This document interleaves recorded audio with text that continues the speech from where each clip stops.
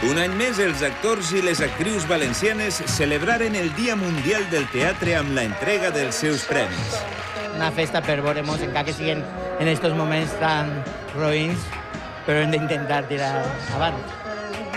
Empar Canet va guanyar el Premi de Millor Interpretació Femenina d'Audiovisual pel seu paper a la sèrie de Canal 9 Senyor Retorn.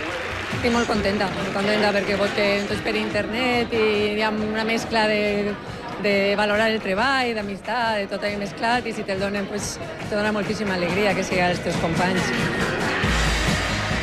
No va ser l'únic premi per a la sèrie.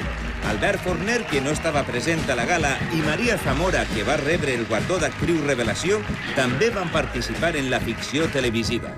El premio Revelación es bastante emocionante porque, como su nombre indica, es que te has revelado por fin. Y bueno, siempre suele ser a los jóvenes de la profesión que estamos empezando y es un reconocimiento por lo que llevamos trabajado este año. El Premi Narcís, que reconeix la carrera d'un actor, va recaure enguany en un emocionat Rafa Contreras. És una cosa especial, plena d'emotivitat, perquè, clar, és gent que has conegut durant molts anys, que has treballat amb ells, que has tingut molt de contacte. És molt emocionant.